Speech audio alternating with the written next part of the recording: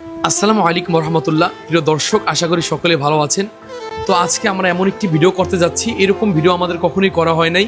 তো বর্তমানে এই বিষয়টি নিয়ে খুবই কথা চলতেছে, যে কারণে ভিডিওটি না করলেই না। তো আপনারা আশা রাখবো সম্পূর্ণ ভিডিও অবশ্যই দেখে যাবেন। তো চলুন, কথা বলার আগে আমরা আগে উপরে ভিডিওটি দেখে আসি।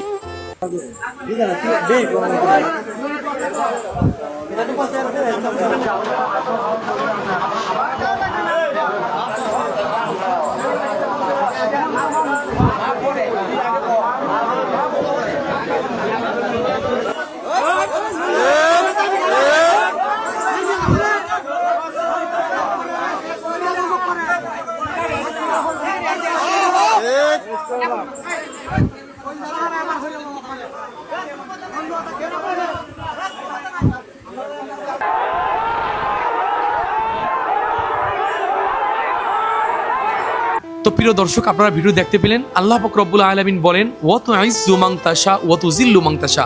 আল্লাহ কাউকে সম্মান দেন, আবার কাউকে লাঞ্ছিত করেন। তো আপনারা ভিডিওটি দেখতে পেয়ে বুঝতে পারলেন যে আমি কাকে নিয়ে কথা বলতেছি। বর্তমানে রিপন মিয়া, তিনি এমন একজন মানুষ ছিলেন, তার স্থানে যাওয়ার জন্য হাজারো মানুষের স্বপ্ন ছিল। কারণ তাকে মানুষ এতটা ভালোবাসতো, ওই ভালোবাসার স্থানে যাওয়ার জন্য হাজারো মানুষের স্বপ্ন ছিল। আজকে সেই রিপন মিয়া কোন জায়গা থেকে আল্লাহ কোন জায়গায় নামিয়ে দিয়েছে। তিনি একটা মেয়েকে নিয়ে যেভাবেই হোক একটা সমস্যা হয়েছে, ভিডিওর মধ্যে দেখতে পাইলাম যে 5 লক্ষ টাকা জরিমানা করছে, এবং সে যেই গ্রামে থাকতো ওই গ্রাম থেকেও নাকি তার চলে যাওয়া লাগবে। দেখেন কোন জায়গায়, আর রিপন মিয়া কোন জায়গায় থেকে উপরে উঠেছে, আবার আল্লাহ সেই জায়গা থেকেই কিন্তু তাকে নামিয়ে দিয়েছে। এই জন্য আজকের এই রিপন মিয়া থেকে আমাদের একটাই শিক্ষা নেওয়া উচিত, যে আমি কোন জায়গা থেকে উপরে উঠলাম সেই নিচের জায়গাকে অবশ্যই আমার মনে রাখতে হবে। আমি যেই জায়গা থেকে উঠে আসছি আমার সেই জায়গা থেকে মনে রাখতে হবে, এবং আমার নিজের ওয়েটকে সবসময় ধরে রাখতে হবে। তাহলে কখনোই আমাদের কোনো লাঞ্ছিত হতে হবে না। যখন একটু পাওয়ারওয়ালা হয়, টাকাওয়ালা হয়, তখন নিজের জায়গাকে সে ধরে রাখতে পারে না।